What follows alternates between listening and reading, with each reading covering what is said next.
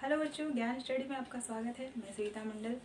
तो हम लोग सीटेट का तैयारी कर रहे हैं और बच्चों जो भी मैं नोट्स आप लोगों को बता रही हूँ, जो भी क्वेश्चन हमने बनाया है उससे ही क्वेश्चन पूछे जाएंगे। तो आप उससे अच्छे से तैयारी कर लेना और बाकी आपको कुछ भी पढ़ने की आवश्यकता नहीं है।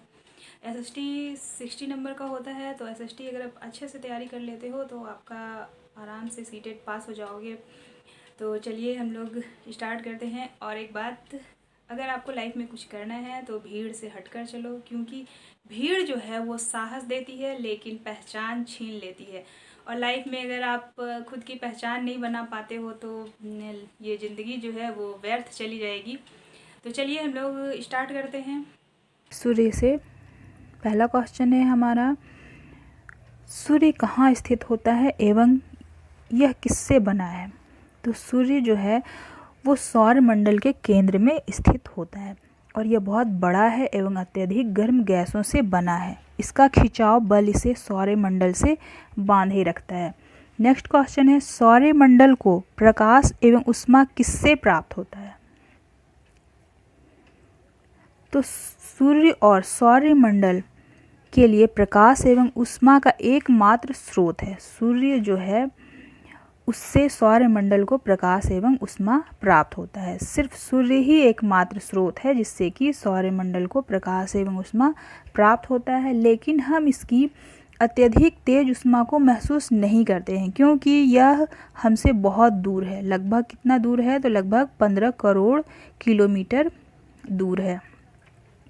उसके बाद हम लोग ग्रह देखते हैं। तो ग्रह में हमारा क्वेश्चन है, सूर्य से दूरी के अनुसार ग्रहों का क्रम क्या है?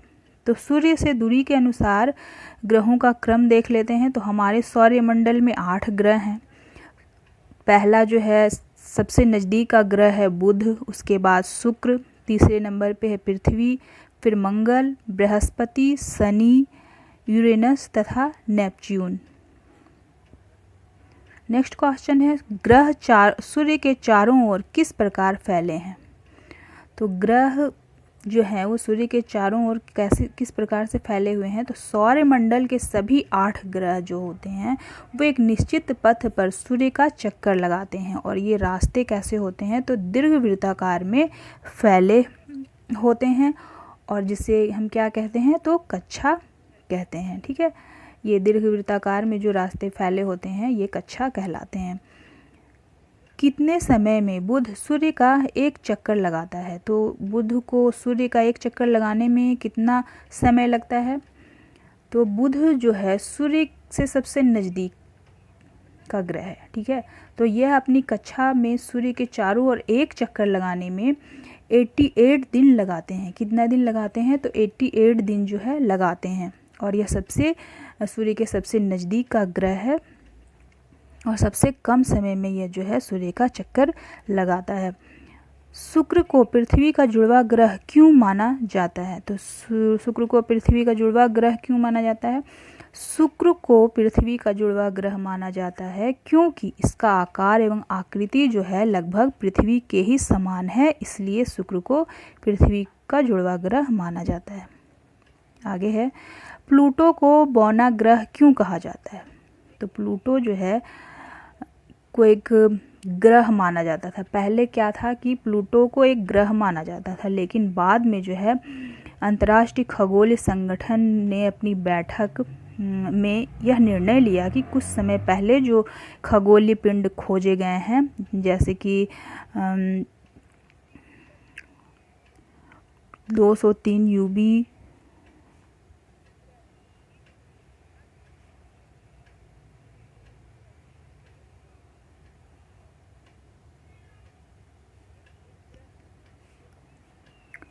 प्लूटो को एक ग्रह माना जाता था। पहले क्या था? तो प्लूटो एक ग्रह था, लेकिन बाद में जो है अंतर्राष्ट्रीय खगोल संगठन ने अपनी बैठक में यह निर्णय लिया कि कुछ समय पहले जो खोजे गए हैं उन्हें खगोलीय पिंड यानी कि खगोलीय पिंड तथा प्लूटो जो है वो बौने ग्रह कहे जा सकते हैं। ठीक है, तो ये कब बैठक हुई थी? तो बैठक जो हुई थी अगस्त 2006 में हुई थी। उस समय से जो है इसे प्लूटो को बौना ग्रह कहा जाने लगा। किन ग्रहों के चारों ओर छल्ले हैं? तो छल्ले किन ग्रहों के चारों ओर हैं? तो बृहस्पति, शनि और यूरेनस के चारों ओर जो है छल्ले हैं। यह छल्ले विभिन्न पदार्थों के असंख्य छोटे छोटे पिंडों से बनी पट्टियां हैं। ये छल्ले किससे बने हैं? तो छोटे छोटे पिंडों से जो है बनी पट्टियां हैं। पृथ्वी से इन छल्लों को शक्तिशाली दूरबीन की सहायता से देखा जा सकता है। तो पृथ्वी से हम इन छल्लों को कैसे देख सकते हैं? तो शक्तिशाली दूरबीन की सहायता से। नेक्स्ट क्वेश्चन है, आंतरिक ग्रह कौन कौन से हैं और किससे बना है? आंतरिक ग्रह जो है वो बुध है, शुक्र है, पृथ्वी एवं मंगल आंतरिक ग्रह। ये चारों जो है बुध, शुक्र, पृथ्वी एवं मंगल आंतरिक ग्रह है और यह सूर्य के बहुत नज़दीक है। ठीक है, ये तथा चट्टानों से बने हैं। किससे बने हैं? तो चट्टानों से बने हैं।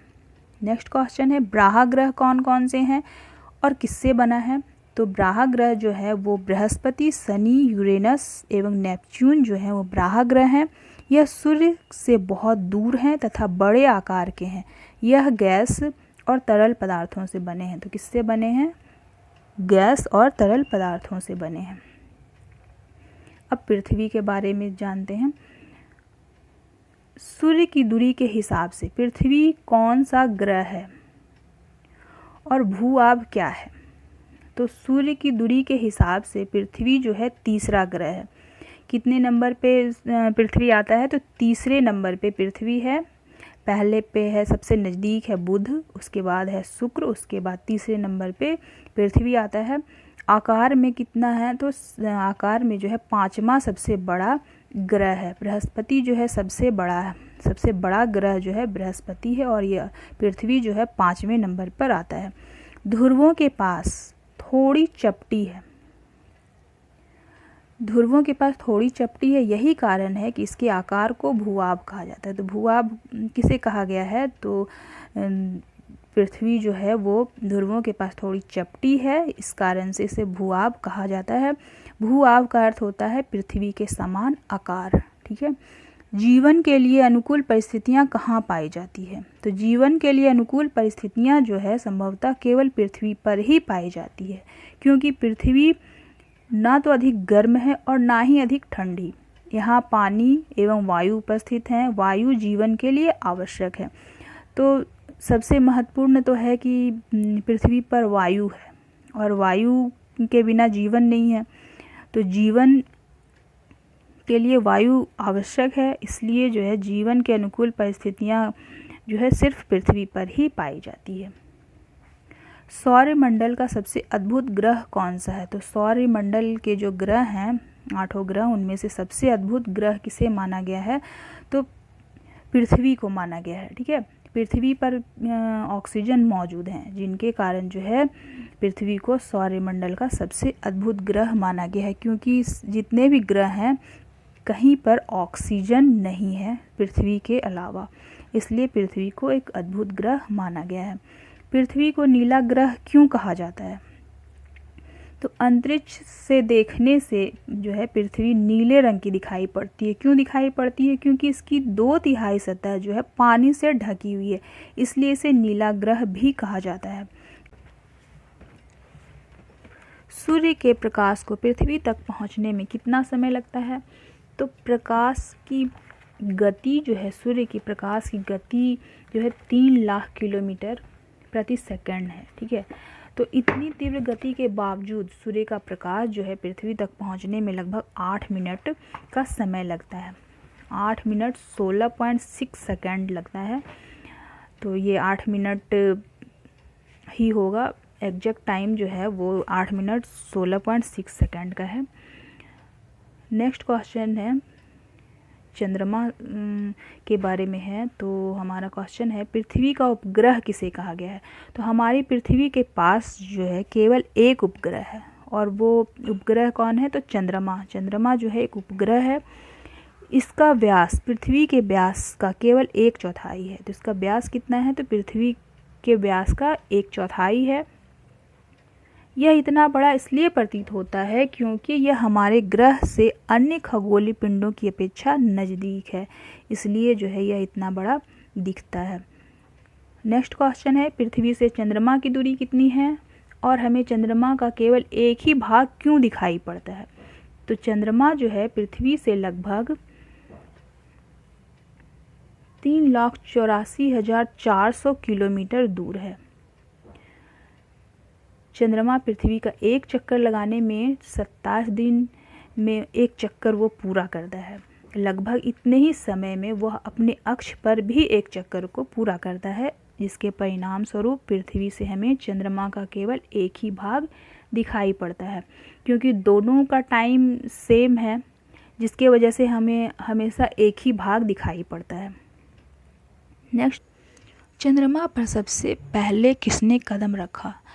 तो नील आर्मस्ट्रॉन्ग पहले व्यक्ति थे जिन्होंने चंद्रमा पर सबसे पहले कदम रखा। और कब रखा? तो 29 जुलाई 1969 को। अब क्षुद्र ग्रह के बारे में जानते हैं।